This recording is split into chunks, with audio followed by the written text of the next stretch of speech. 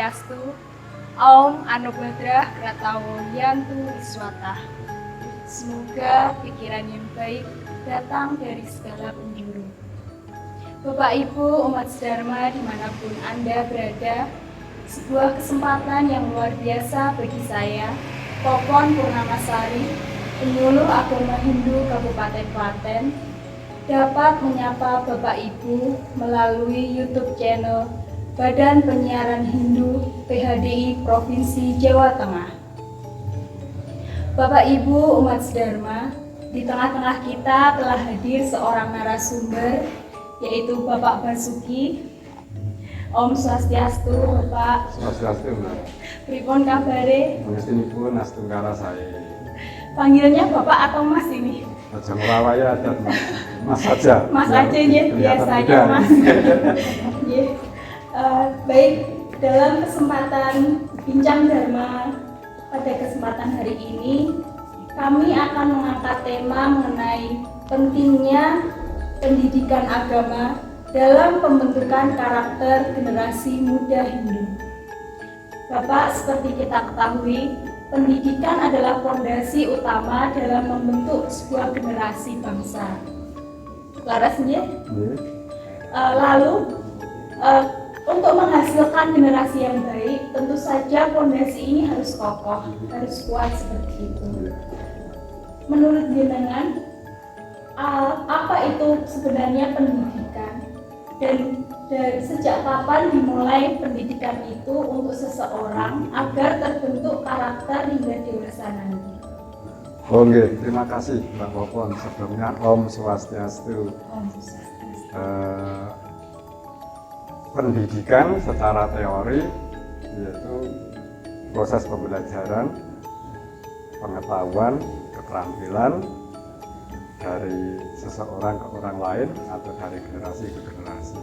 Itu secara teori tentang pendidikan.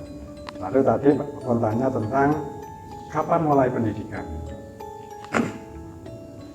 Di dalam ajaran kita, agama itu sebenarnya yang namanya pendidikan kita mulai sedini mungkin. Artinya sebelum si anak itu lahir, pendidikan sudah bisa diberikan, yaitu melalui cara-cara menurut ajaran kita. Sebagai contoh, waktu istri kita atau seorang ibu sedang hamil, ada upacara, entah itu upacara adat, entah itu upacara agama, ada sebulanan, ada 3 bulanan, ada 7 bulanan, atau mitoni, atau tingkeban. Itu adalah salah satu contoh dimulainya pendidikan usia. Di samping itu juga sebelum lahir juga sudah ada dimulai dengan pendidikan. Sesudah lahir pun kita harus memberikan pendidikan yang terbaik untuk kita. Sebagai contoh lagi, kembali lagi sebelum anak itu lahir atau pranatal, ya, itu sebaiknya diberikan pendidikan sesuai dengan kemampuan si bayi. Sebagai misal, kalau kita sebagai orang tua, sang ibu sedang hamil, seharusnya ibu memberikan pendidikan kepada anak-anaknya dengan cara bagaimana? Yaitu mulai dari berpikir yang baik, mulai dari mendengarkan atau berkata-kata yang baik, mulai dari perbuatan yang baik. Jadi sedapat mungkin sang ibu waktu sedang hamil jangan sampai melakukan hal-hal yang tidak baik atau tidak sesuai dengan ajaran yang baik. Itu akan mempengaruhi daya tumbuh kembangnya si anak itu sendiri. Maka dari itu, ya mulailah dididik, mulai kita dengarkan, kita kasih lagu-lagu pujian dengan mantra-mantra dan lain sebagainya. Begitu juga sebagai seorang bapak atau calon bapak hal ini ya, itu juga memberikan edukasi yang baik juga kepada si anak dengan cara bagaimana? Ya seperti yang disampaikan atau dilakukan oleh sang ibu. jangan sampai kita sebagai orang tua atau khususnya di sini sebagai ayah membentak istri kita yang sedang hamil, bersikap kasar terhadap istri, perbuatan yang tercela, entah itu menipu, entah itu mencuri dan lain sebagainya. Seperti yang saya sampaikan di awal, bahwa itu akan mempengaruhi janin si anak itu sendiri. Makanya kalau sedang hamil, entah itu ibu yang sedang hamil ataupun orang tua, dalam hal ini ayah, itu benar-benar harus bersikap yang baik, berbuat yang baik, berpikir yang baik, agar kelak di kemudian hari anak itu lahir menjadi anak yang baik. Itu baru pendidikan yang di dalam kandungan, Mbak, belum pendidikan yang di luar kandungan. Kalau pendidikan di luar kandungan sebenarnya banyak sekali. Sebagai misal, pendidikan di luar kandungan misalnya sudah besar kan ada pendidikan formal, non formal, informal, dan semua itu memang harus kita jalani untuk menantang kehidupan zaman yang serba global ini. Sebagai contoh, waktu lahir anak sudah ada upacara-upacara yang banyak sekali, agar supaya kelak di kemudian hari si anak tumbuh dewasa menjadi anak yang suputra, bukan anak yang kuputra. Anak yang suputra adalah anak yang baik, berbudi luhur. Anak yang kuputra adalah anak yang kurang baik atau tidak sesuai dengan ajaran-ajaran sastra kita. Itu salah satunya cara pendidikan atau waktu mendidik anak. Kemudian di sastra juga dikatakan, dalam pendidikan itu atau cara mendidik si anak itu sendiri kan mulai dari 0 sampai 5 tahun, 5 tahun sampai umur 10 atau 12 tahun, sampai usia remaja. Itu kan fase-fasenya banyak sekali, Pak. Sebagai contoh, kalau si anak baru berumur 0 sampai 5 tahun, berilah dia kasih sayang sebaik mungkin. Perlakukan dia seperti bak raja. Kita selalu melayani yang terbaik untuk si anak itu. Memberikan kasih sayang, memberikan pengertian, dan sebagainya, dan sebagainya. Itu salah satu contoh cara mendidik umur anak di bawah 5 tahun, yaitu kita memposisikan diri kita sebagai orang tua, memposisikan anak itu bak sebagai raja. Itu salah satu contohnya. Kemudian ada lagi usia 5 sampai 10 atau 12 tahun. Mulai inilah si orang tua memberikan pendidikan kepada si anak, yaitu mulai diberi kedisiplinan, diberikan tanggung jawab, biar kelak di kemudian hari anak-anak bisa mandiri. Itu salah satunya pendidikan usia itu, usia anak. Di samping itu juga usia anak itu kan sangat rentan, karena apa? Yang namanya orang tua adalah guru pertama bagi si anak. Maka dari itu orang tua memang harus sigap, mengerti dengan perkembangan zaman, bagaimana cara untuk mendidik anak itu agar menjadi anak yang suputra. Kemudian di usia remaja, biasanya sudah setingkat SMP lah, SMA, kita perlakukan anak kita sebagai sahabat. Jangan sampai anak kita nanti takut kepada kita. Artinya takut itu tidak berani curhat, justru curhatnya sama orang lain. Itu kan karena mungkin waktu sebelum remaja kita kurang care, kurang peduli sekali dengan anak. Maka dari itu kadang dengan pergaulan yang sangat luas ini, kadang kita tidak bisa mengendalikan. Lebih nyaman di luar. Iya, nah sekarang malah lebih nyaman di luar daripada dengan keluarga. Padahal pendidikan yang pertama itu adalah pendidikan yang berada di keluarga, gitu ya. Jadi dari apa yang dengan sampaikan tadi, pondasi utama dalam pendidikan anak itu ketika anak belum lahir dan lahir itu adalah ininya di keluarga, gitu. Jadi keluarga harus memberikan pondasi yang kuat dulu, yang pokok dulu untuk si anak, agar ketika nanti dia belajar meneruskan pendidikan ke jenjang selanjutnya, dia sudah pondasinya sudah kuat, seperti itu. Itu dilihat dari segi kita sebagai agama gitu. Maksudnya kita sebagai orang beragama mendidik anak dengan serada dan bakti seperti itu, sehingga karakter anak dari kecil sudah terbentuk. Namun di era globalisasi ini penting sekali untuk selain pendidikan agama, kita juga harus memberikan pendidikan formal yang baik untuk anak. Nah, menurut pendapat jenengan, mana yang lebih penting antara pendidikan formal dan pendidikan agama, atau harus seperti apa sehingga untuk selanjutnya, untuk membentuk generasi anak selanjutnya akan terbentuk anak yang suputra, tapi juga berkontribusi untuk bangsa seperti itu.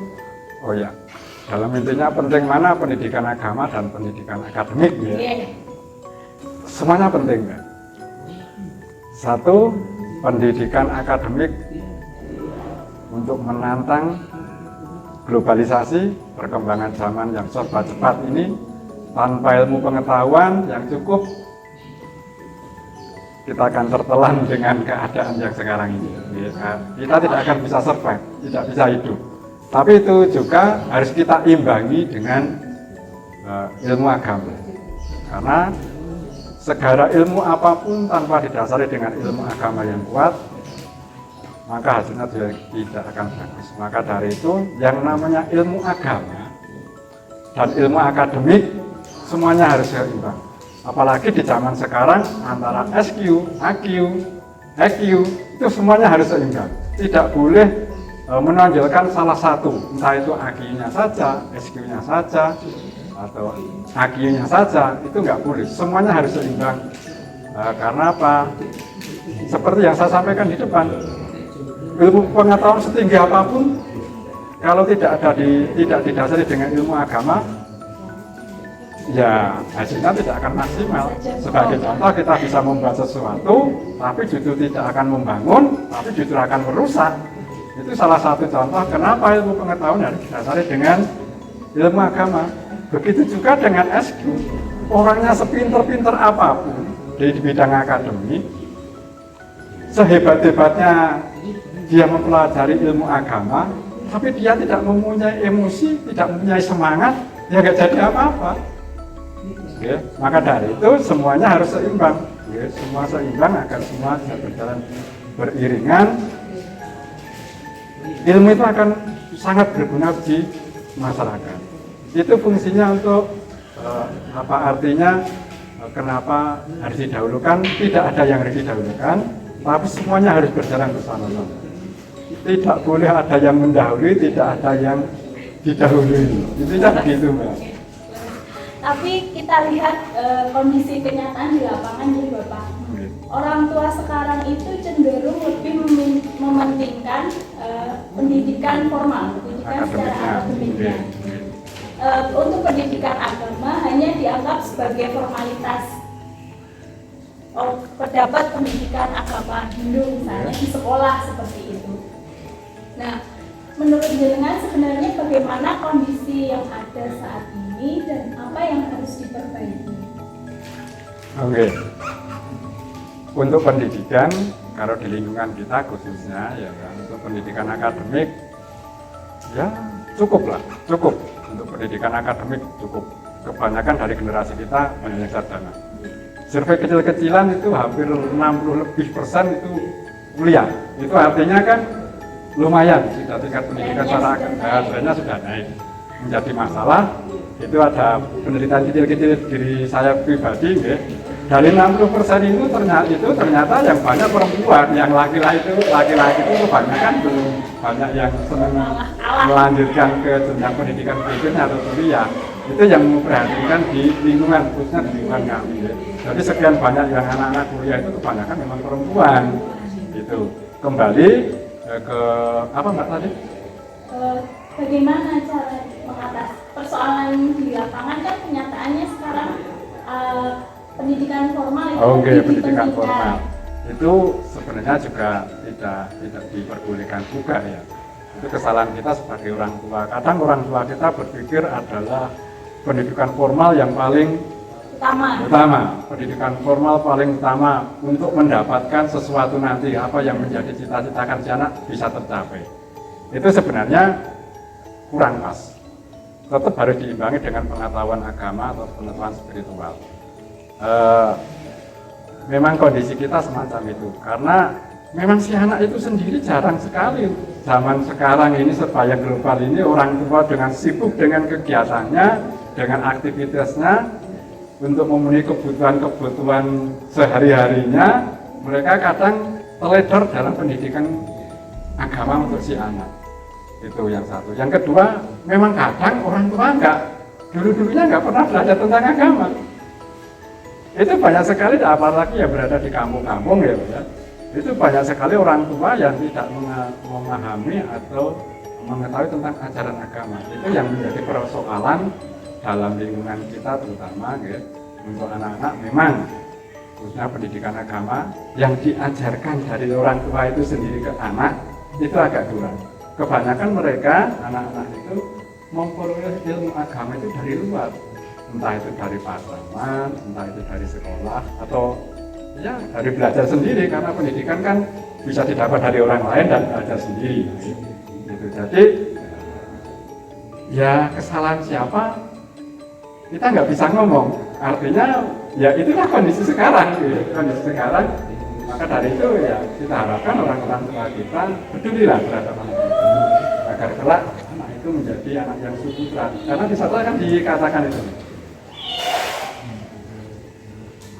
ada satu pohon di dalam hutan itu berbunga dan berbau semerbak, maka pohon itu akan membuat wangi semua hutan itu. Ya. Anak itu bisa membuat keluarga itu menjadi hancur karena pola asuh atau cara mendidik orang tua itu nggak benar. Itu seperti yang diibaratkan tadi.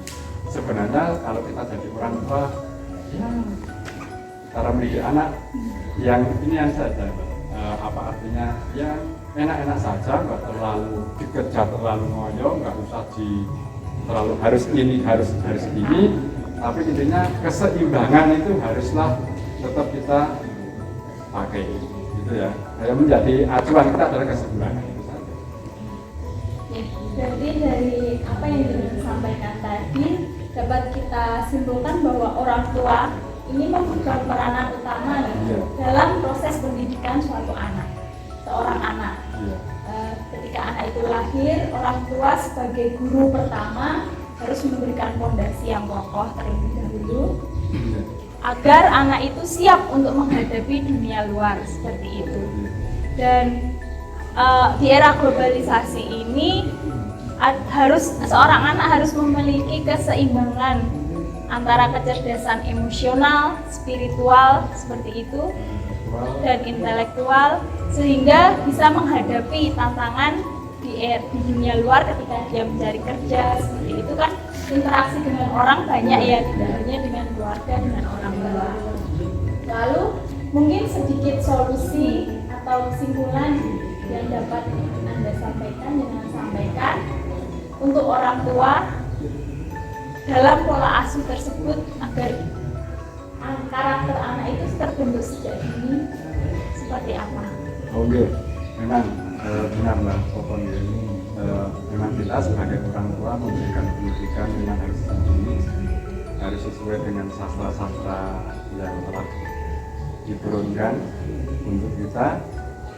Di samping itu juga memang kita sebagai orang tua harus kita dorong anak kita untuk berakademik, pendidikan akademik yang setinggi-tingginya untuk menghadapi perkembangan zaman. Itu terus ya semuanya harus serasi lah, semuanya harus serasi. Untuk itu semuanya bagaimanapun kita sebagai orang tua ya kita lihatlah perkembangan si anak itu sampai gimana. Kita bagaimana cara mendidiknya itu kita yang tahu. Karena karakter si anak kan tidak hanya dibentuk oleh keluarga kita saja, tapi lingkungan sangat berpengaruh besar untuk pendidikan itu. Maka dari itu, ayo kenali anak kita. Kenali potensi anak kita kenali. Habis itu apa yang harus kita kejar untuk kegiatan si anak guna menghadapi perkembangan zaman yang akan datang itu kita harus persiapkan. Diri kita, orang tua kita sendiri yang akan persiapkan, bukan orang lain.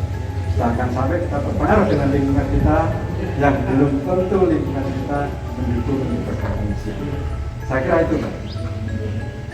Terima kasih Mas Basuki atas informasi yang diberikan. Jadi dari apa yang jenengan sampaikan dapat kita tarik kesimpulan bahwa untuk mendidik seorang anak itu dimulai dari orang tua sebagai guru pertama, harus memberikan fondasi yang kokoh. Kemudian orang tua juga harus mengenali dan menggali potensi anak agar dapat dikembangkan untuk menempuh jenjang pendidikan selanjutnya. Mungkin itu yang bisa kami sampaikan untuk tema dalam pentingnya pendidikan dalam membentuk karakter generasi muda ini. Terima kasih atas waktu yang sudah diberikan narasumber dalam acara Bincang Dharma kali ini. Untuk akhirnya, saya sebagai host mohon maaf apabila ada tutur kata yang kurang berkenan. Kami akhiri dengan Parama Santi. Om Santi, Santi, Santi, Om.